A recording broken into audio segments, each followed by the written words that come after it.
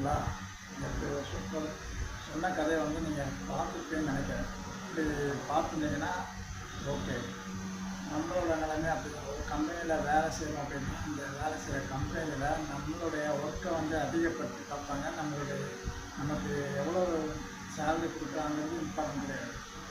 இப்போ ஒவ்வொரு வருஷமும் அவங்க வந்து ஒரு கணிசமான சேலரி இன்க்ரிமெண்ட் பண்ணுறேன் அப்படின்னு சொல்லி ஏற்றுக்குறதுன்னு சொல்லி ஒரு 3 வருஷத்துக்கு ஒரு வாட்டி உங்களுக்கு ஏற்றி கொடுப்பாங்க. 500 1000 கொடுப்பாங்க. ஆனால் உங்கள்கிட்ட வேலை வந்து ஜாஸ்தி வேணும். அந்த மாட்டுக்கிட்ட வாங்கின மாதிரி மாடை எப்படி வந்து வேலை செய்யணும்னு சொல்லி கடைசியாக அந்த மாட்டை வந்து அடிமாட்டுக்கு வைக்கிறாங்களோ அதே மாதிரி நம்மளே வேலை செய்ய சொல்லுவாங்க. நமக்கு அதிகமான இன்க்ரிமெண்ட் வராது. ஸோ ஒரு வேலை இன்க்ரிமெண்ட் வந்தாலும் அந்த காலப்போக்கில் வந்து நன்மை. ஏன்னா நம்ம சொந்தமாக தொழில் தொடங்கி வேறு ஒரு முதலாளிகிட்ட வேலை செய்யணும்.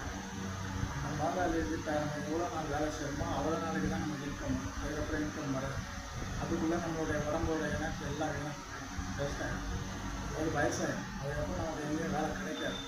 ஸோ ஒரு ஏஜ் இருக்கும்போதே வந்து ஒரு கம்பெனியில் வந்து வேலை செய்யணும் அப்படின்னா அதில் சுட்டாச்சுட்டு இன்னொரு கம்பெனியோ அல்லது சொந்த தொழிலை தொடங்க ஆரம்பிக்கணும்.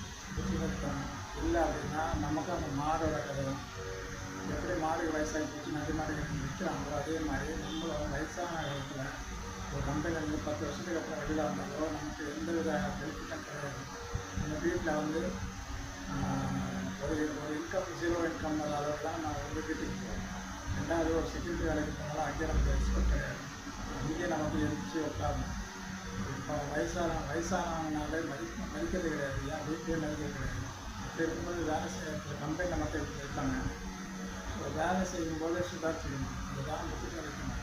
நம்ம உடம்புல எனர்ஜி இருக்கும்போது என்ன வேலை பண்ணால் நமக்கு கரெக்டாக இருக்கும். நமக்குன்னு ஒரு இன்கம், நமக்குன்னு ஒரு அக்கௌண்ட்டு, நமக்குன்னு ஒரு மணி சோர்ஸ், அதாவது மணி கம்யூனிகேஷன், இந்த மாதிரி எதையாவது உங்களை தெரிஞ்சுக்கிட்டு டபுள் பெனிஃபிட் வர மாதிரி ஒரு நல்ல ஒர்க்கை எடுத்து அந்த ஒர்க்கை நம்ம நல்ல போக்கில் வந்து சொந்த பிஸ்னஸ் மாதிரி பண்ணணும்னா நீங்கள் வயசான காலத்தில் நிம்மதியாக ஒரு ரிலாக்ஸாக உட்காந்து இல்லைன்னா வீட்டில் கூட நமக்கு மரியாதை இருக்காது. அதாவது வயசானவங்களுக்கு வீட்டில் மரியாதை கிடையாது.